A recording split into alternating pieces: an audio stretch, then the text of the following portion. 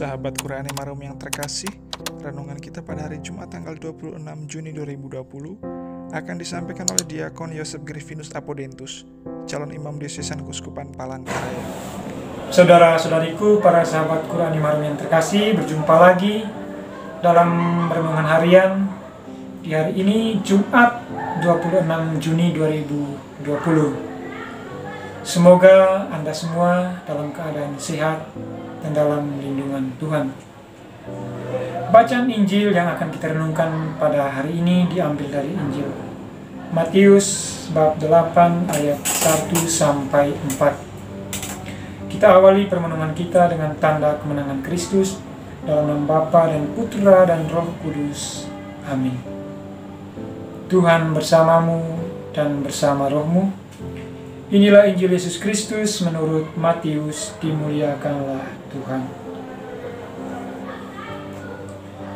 Setelah Yesus turun dari bukit, orang banyak berbondong-bondong mengikuti dia.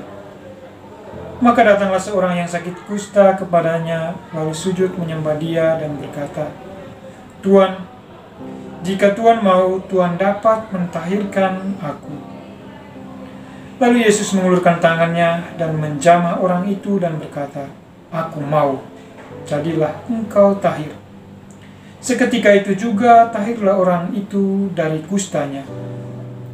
Lalu Yesus berkata kepadanya, "Ingatlah, jangan engkau memberitahukan hal ini kepada siapapun, tetapi pergilah, perlihatkanlah dirimu kepada imam, dan persembahkanlah persembahan yang diperintahkan Musa sebagai bukti bagi mereka." Demikianlah Injil Tuhan. Terpujilah Kristus. Saudara-saudaraku, para sahabat Qurani Marum yang terkasih, bacaan Injil yang baru saja kita dengarkan pada hari ini menceritakan kepada kita tentang peristiwa penyembuhan yang dialami oleh seorang yang sakit kusta. Satu hal yang menarik yang patut kita renungkan dari Injil hari ini adalah pernyataan si kusta ketika ia datang memohon kepada Yesus. Ia dengan penuh iman, dengan penuh keyakinan yang teguh mengatakan kepada Yesus, "Tuan, jikalau Tuan mau, Tuan dapat mentahirkan aku." Pernyataan ini merupakan ungkapan iman yang luar biasa, bahwa si kusta menyerahkan seluruh hidupnya kepada Tuhan. Ia membiarkan Tuhan sendiri berkarya bagi hidupnya. Bagi dia, satu-satunya yang ia inginkan adalah kehendak Tuhan atas dirinya, bukan kehendaknya sendiri. Inilah bukti iman yang luar biasa. Saudara-saudaraku yang terkasih dalam Kristus, hidup kita sehari-hari kadang di saat kita mengalami persoalan, di saat kita mengalami masalah, kadang kita masih lebih mengandalkan kekuatan kita sendiri. Kita tidak membiarkan Tuhan untuk berkarya dalam hidup kita. Belajar dari pengalaman bangsa Israel dalam bacaan pertama yang kita dengarkan atau yang kita baca sendiri, bahwa bangsa Israel yang telah merasa dirinya sudah menjadi bangsa yang besar dan kuat, mereka kemudian melupakan Tuhan yang menjadi penolong, Tuhan yang telah membebaskan mereka dari perbudakan Mesir.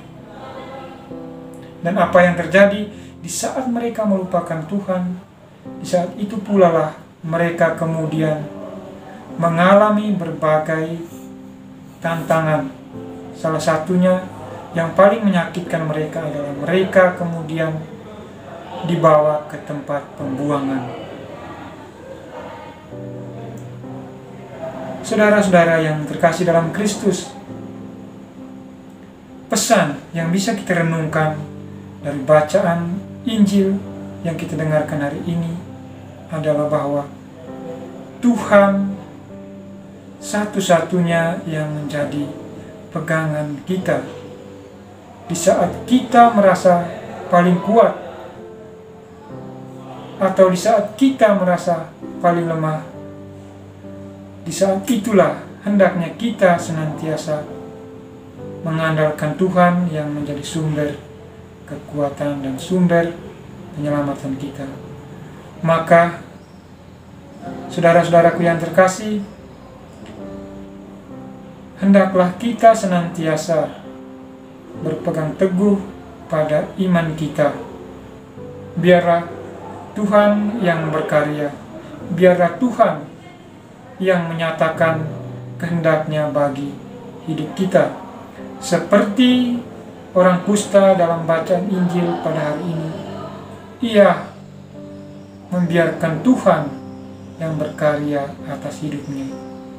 Jikalau Tuhan mau, Tuhan berkaryalah bagi hidupku, berkaryalah bagi hidup kami sekalian, sehingga kita mengatakan dengan penuh iman di hadapan Tuhan, seperti dalam doa Bapa kami, jadilah kehendak-Mu dalam hidup kami sekalian. Semoga kita menaruh iman, menaruh kepercayaan, menaruh seluruh hidup kita hanya kepada Tuhan. Tuhan memberkati kita sekalian. Amin. Terima kasih telah mengikuti renungan harian bersama Qur'ani Marum. Dukung terus channel ini dengan memberikan like, comment, share, dan subscribe.